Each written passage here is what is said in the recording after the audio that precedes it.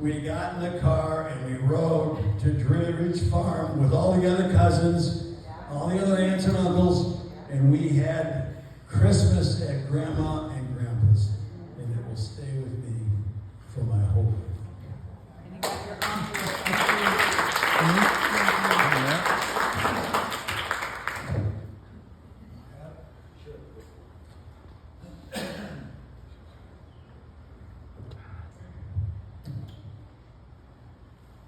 Well, my first memory, well, maybe not first memory, but a memory that came to me as we're talking about this tonight was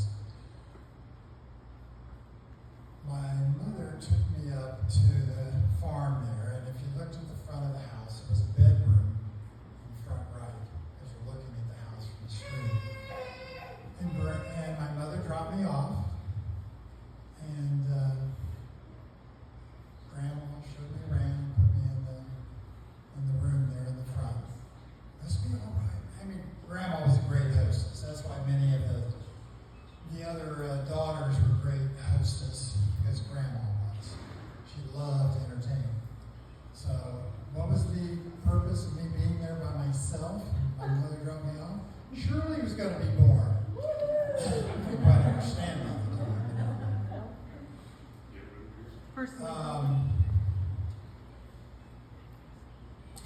I remember all the Christmases we went there. That was, the key time going there. Thanksgiving too.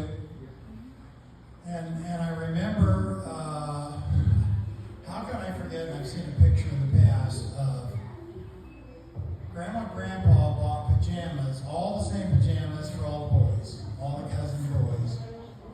And somehow, Cousin Jim, the youngest Neal boy, who was very outspoken and loved music, couldn't sing, but loved to sing, and got Jimmy and the Jammers, they called it. I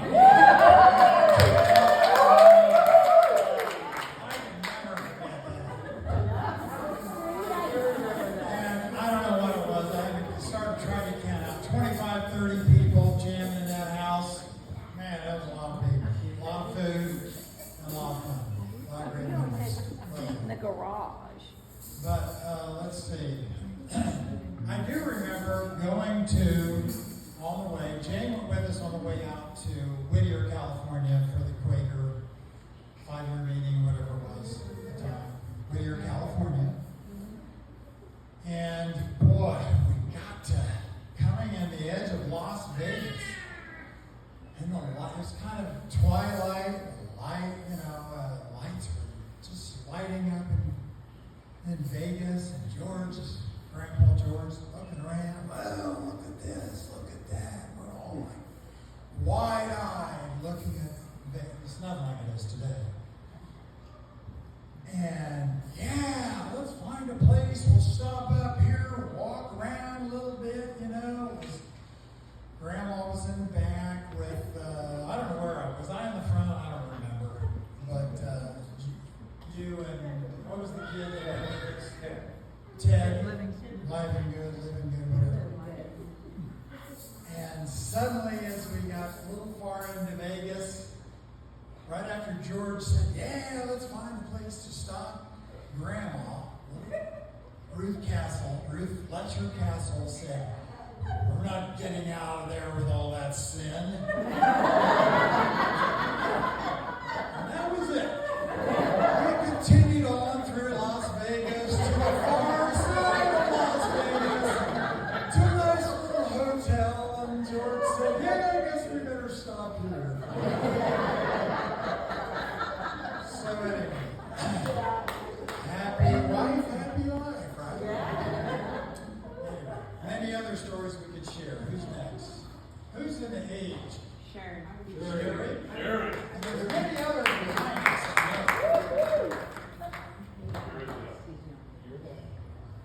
I'm next.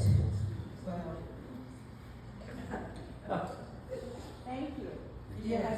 thank I have a lot of the same memories. Christmas, just too special. And everybody wanted to go. And we always went. So memorable. I remember the trip to California because we parked our Volkswagen van Nellie Belt in the Clark's driveway. for a reason.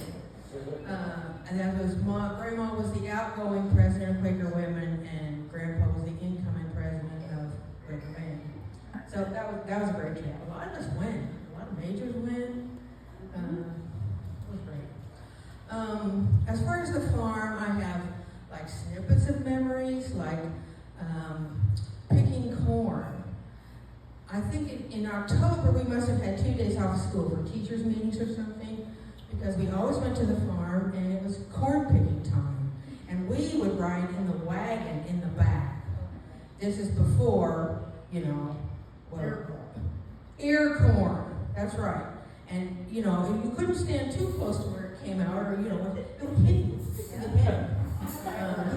But we just thought that was the funnest thing, and to ride back in the wagon with the ear corn and Grandpa driving the tractor. I do remember that. I remember the horse trough, but I remember liking the moss in the body because it was so soft. You don't slip on it and fall down all the way. Well, there wasn't that far to fall. We liked the moss. That's why you're clean. So many snippets and memories of being with the cousins and with the aunts and uncles and grandma and grandpa, and just, again, so welcoming. You always just felt like they were so happy you were there, and that it was no trouble. There was always ice cream. You could show up completely unexpectedly, and there's a chocolate cake. I mean, I don't know how she knew. And they had to buy a great big freezer. And they had to get the chest freezer to put on the back porch to hold all the ice cream. It was just so welcoming, so special, and yes. You talked about where she's got a bowl. Yes, I think several of us had tried to make her icing, her chocolate icing. Impossible. You can get close, but I can remember her sitting on a chair, and I think we were in the yard, sitting on a chair, and she was holding the bowl between her knees and just beating it with a wooden spoon. Yeah, beating it, and then suddenly it's, it's done. How she knew it was done, I don't know, but something was done. And it took a long time. You had to beat it until it was shiny, I guess. And so that's a good memory. I also remember sitting in the yard with her after she killed a chicken and picking, I guess you put it in the hot water and then pick the feathers out. What? Yeah, but I didn't really like that part. I was not my favorite part of activity. But I remember that. But just so special, so welcoming. We just are so fortunate to have had them for our grandparents and our great grandparents and whatever, and to have our aunts and uncles and cousins. So thanks to everybody. You got it.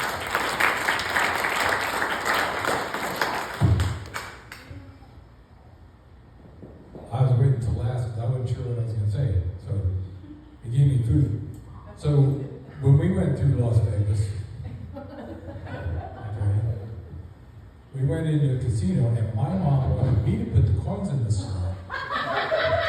And the management run us out because I was 12 years old. So I should have been with Grandma. My mom was teaching me to gamble.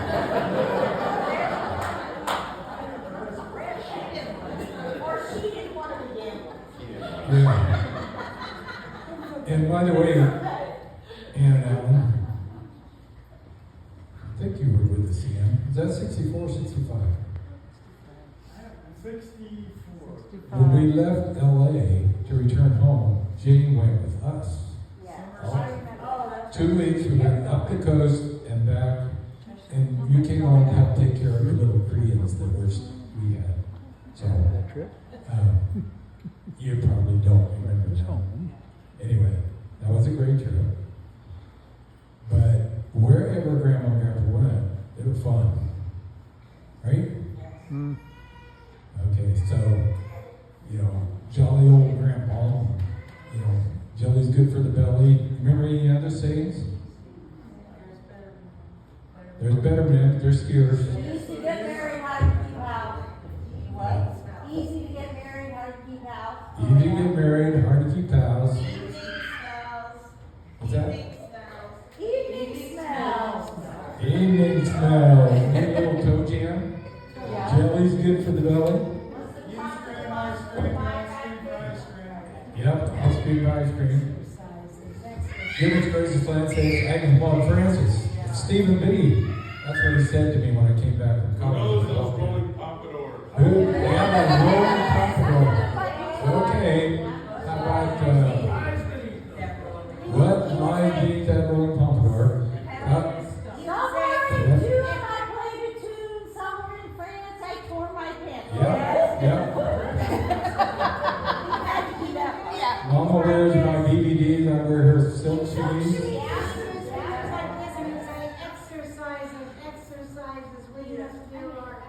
We have to do our exercises, right? What was that about Billy Pritchett? Billy Pritchett. Something about talk to Billy Pritchett. Don't know that one. Cigarettes. Cigarettes.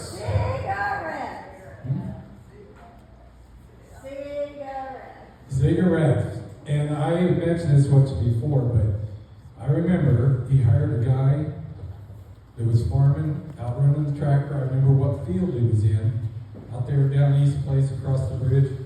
And he caught the guy smoking, fired him on the spot. Cigarettes. Okay. So, I got lots of memories, but I come the last one in the line here. And I was kind of I was just a baby as far as the pictures went. Okay, but in 62, they moved to Ridge Farm, and we moved to the farm. So I got to stop and sort out memories that we're talking, in the area we're talking about, because so many of my memories are connected. I remember things, but I didn't understand things until, over the coming years while we're living there. But I'm sorry, I got to tell this one. This is it. Off-color joke, in a sense. Kind of gruesome, but I'm a little kid, okay, and I'm learning the serious aspects of farm life, okay. There's a black cat, snotty, mucus, sick, and everything like that. And Grandpa just casually reaches in, grabs his hammer, and decapitates it. Put it out of its misery. You don't want something like that around the farm and stuff like that. Yeah. So I'm a little kid. I didn't think anything about it. I said, it's just understanding how life works, I mean, it's a thing, just get rid of it. All right? Sorry to tell that story on Grandpa. But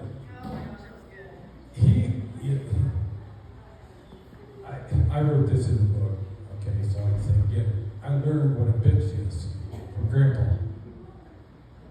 He wasn't using it as a swear word, it literally what it means, a bitch, it's a dog, and stuff like that.